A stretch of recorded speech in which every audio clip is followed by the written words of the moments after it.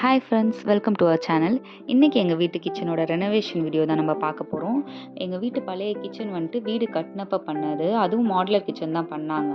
இது 12 இயர்ஸ்க்கு முன்னாடி பண்ணது, அதனால் ரொம்பவே டேமேஜ் ஆகிடுச்சு. அதே மாதிரி இதில் நிறைய எங்களுக்கு ஸ்பேஸே பத்தலை, திங்ஸ் வைக்கிறதுக்கு, க்ராசரி வைக்கிறதுக்கு எதுவுமே ஸ்பேஸ் பத்தலை. பெரிய பெரிய வெசல்ஸ் வைக்கிறதுக்கும் எங்களுக்கு இடம் இல்லை, மசாலா ஸ்டோர் பண்ண இடம் இல்லை. அதனால் எங்களுக்கு புதுசாக மாற்றலாம் அப்படின்னு நினச்சோம். அதே மாதிரி இதில் எம்டிஎஃப் போட்டிருந்தாங்க, அதுவுமே ரொம்ப டேமேஜ் ஆகிடுச்சு. மைக்கா எல்லாமே டேமேஜ் ஆகிடுச்சு. இதில் வந்துட்டு லாஃப்ட்டும் கவர் ஆகாமல் இருந்துச்சு மேலே. அதே மாதிரி சிம்னியும் வந்துட்டு ரொம்ப பழசாகிடுச்சு, ரொம்ப ஆயில் ஆகிடுச்சு. 2-3 தடவை சர்வீஸ் பண்ணியுமே அது வந்துட்டு எங்களுக்கு சரிப்பட்டு வரல. அதனால் நாங்கள் வந்துட்டு புதுசாக தான் ரெனோவேட் பண்ணலாம் அப்படின்னு ஒரு ஐடியாவில் இருந்தோம். இந்த ரெனோவேஷன் ப்ராசஸ் எங்களுக்கு வந்துட்டு 10 டேஸ் நடந்துச்சு. நான் ஒவ்வொரு டேவும் என்னென்ன ப்ராசஸ் பண்ணாங்கன்றதை சின்ன சின்ன வீடியோவாக அப்லோட் பண்ணியிருக்கேன். ஸோ வீடியோவை ஃபுல்லாக பாருங்கள்.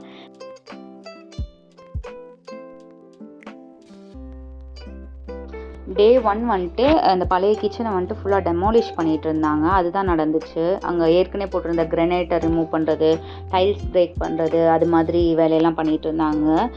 இது ஃபுல்லாகவே ரெனோவேட் பண்ணோன்னே எங்களுக்கு வந்துட்டு கிச்சனில் சமைக்க முடியல. அதனால் 15 டேஸ்க்கு வந்துட்டு நாங்கள் ஆல்டர்னேட்டிவ் கிச்சன் தான் செட் பண்ணியிருந்தோம்.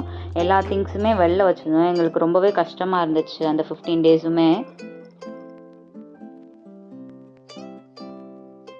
டே 2 வந்து ஷெல்ஃப்ஸுக்கு ஃப்ரேம்ஸ் தான் ஃபிக்ஸ் பண்ணிகிட்டு இருந்தாங்க. இந்த தடவை நாங்கள் மார்பிளில் ஃப்ரேம்ஸ் போட்டிருந்தோம். இதுக்கு முன்னாடி ப்ளைவுட்டில் இருந்துச்சு. அது வந்துட்டு க்ளீன் பண்ணுறது அதுக்கெலாம் ரொம்ப கஷ்டமாக இருந்துச்சு. அதனால் மார்பிளில் போட்டிருக்கோம். மார்பிளில் போடுறதுனால க்ளீனிங்கும் ஈஸியாக இருக்கும். அதே மாதிரி பூச்சி எதுவும் வராது, அதுக்காக நாங்கள் போட்டிருக்கோம்.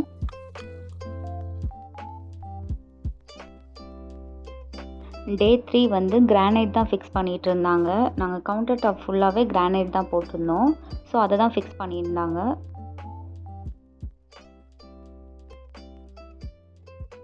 டே 4 and 5 வந்து வால் ஷெல்ஃப்ஸுக்கெலாம் ஃப்ரேம்ஸ் தான் ஃபிக்ஸ் பண்ணிகிட்டு இருந்தாங்க.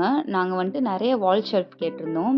ஏன்னா ஏற்கனவே நாங்கள் வால் ஷெல்ஃப்ஸ் வச்சுருந்தது வந்துட்டு எங்களுக்கு பத்தலை. அதனால எந்த திங்ஸுமே வெளில இருக்க வேணாம், எதுவுமே வெளில இல்லாமல் வெறும் ஸ்டவ் மட்டும் வெளில இருக்க மாதிரி வச்சுக்கலாம் அப்படின்ட்டு நிறைய வால் ஷெல்ஃப் போட்டோம். அவனுக்குமே தனியாக ஒரு ப்ரொவிஷன் மாதிரி கொடுக்க சொல்லிட்டோம். அதே மாதிரி லாஃப்ட்டுமே ஓப்பனில் இருந்துச்சு, அதையும் க்ளோஸ் பண்ணலாம் அப்படின்னு சொல்லிட்டு அந்த வேலையெல்லாம் சொல்லியிருந்தோம். டே 4 and 5 வந்து அந்த வேலை தான் பண்ணிகிட்டு இருந்தாங்க.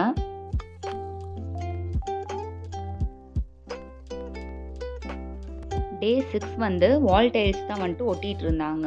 நாங்கள் வந்துட்டு பிரைட் கலராக இருக்கட்டும், அப்போ தான் பார்க்க வந்துட்டு அழகாக இருக்கும், நிறைய ஸ்பேஸ் இருக்க மாதிரி இருக்கும் அப்படின்ட்டு நாங்கள் அந்த ஒரு ஒயிட் மாதிரி கலர் தான் சூஸ் பண்ணியிருந்தோம். இதில் ஹரிசாண்டல் லைன்ஸ் இருக்க மாதிரி இருக்கும், அதை பார்க்கவும் நல்லா கிளாஸியாக இருந்த மாதிரி இருந்துச்சு. ஸோ அதுதான் நாங்கள் சூஸ் பண்ணியிருக்கோம். டே 7 வந்து பெயிண்டிங் அண்ட் எலக்ட்ரிக்கல் ஒர்க்ஸ் தான் நடந்துட்டு இருந்துச்சு. ஸ்மோக் டஸ்ட்னால வால்லாம் ரொம்ப மோசமானதுனால புதுசாக பெயிண்ட் பண்ணோம். அதே மாதிரி நிறைய ப்ளக் பாயிண்ட்ஸ் கொடுத்துருந்தோம்.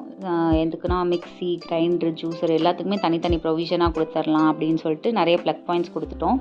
சிங்க்குமே நியூவாக மாற்றிட்டோம், அதுக்கு நியூ பைப்ஸுமே போட்டாச்சு. அதே மாதிரி மேலே வந்துட்டு சீலிங் ஃபேன் இருந்துச்சு, அதை ரிமூவ் பண்ணிட்டு சர்ஃபேஸ் லைட் போட்டோம், இது ஈவனாக ஸ்ப்ரெட் ஆகிறதுக்காக. டே 8 வந்துட்டு டோர்ஸ்லாம் ஃபிக்ஸ் பண்ணிகிட்டு இருந்தாங்க. இது வந்துட்டு ஹெச்டிஎஃப்பில் போட்டிருக்காங்க. ஹெச்டிஎஃப்னா high density fibre board, water ப்ரூஃபாக இருக்கும் அப்படின்னு சொன்னாங்க. அதே மாதிரி டியூரபிள், லாங் லாஸ்டிங் அப்படி இருக்கும், நல்லாயிருக்கும் அப்படின்னு சொன்னாங்க. இதுக்கு முன்னாடி எம்டிஎஃப் போட்டிருந்தோம். அதனால் இப்போ வந்துட்டு ஹெச்டிஎஃப் தான் அட்வான்ஸ்டு அப்படின்னு சொன்னதுனால அது போட்டிருக்கோம். அது மேலே வந்துட்டு கிளாஸி மைக்கா வந்துட்டு பேஸ்ட் பண்ணியிருந்தாங்க. இதில் வந்துட்டு நார்மல் ஹேண்டில் யூஸ் பண்ணாமல் ப்ரொஃபைல் ஹேண்ட்லர் யூஸ் பண்ணியிருந்தோம். இதுதான் லேட்டஸ்ட் டிசைன் அப்படின்னு சொன்னாங்க. பார்க்கவும் எலகண்ட்டாக இருக்கும், எலைட்டாக இருக்கும் அப்படின்னு சொன்னதுனால அதான் போட்டிருக்கோம். நாங்கள் மேலே ஹாஃப் ஒயிட்டும் கீழே வந்துட்டு எல்லோ கலரும் சூஸ் பண்ணியிருந்தோம். இதுக்கு முன்னாடி வந்து எல் ஷேப்பில் தான் இருந்துச்சு எங்களோட கவுண்டர் டாப்பு. அது எங்களுக்கு பத்தலை அப்படின்னு சொல்லிட்டு இப்போ பாஸ் ஷேப்பில் கொடுத்துட்டோம். இது ரொம்பவே யூஸ்ஃபுல்லாக இருக்குது எங்களுக்கு. அதே மாதிரி பிளான்ட் வைக்கலாம் அப்படின்னு ஒரு ப்ரொவிஷன் கொடுத்துருக்கோம்.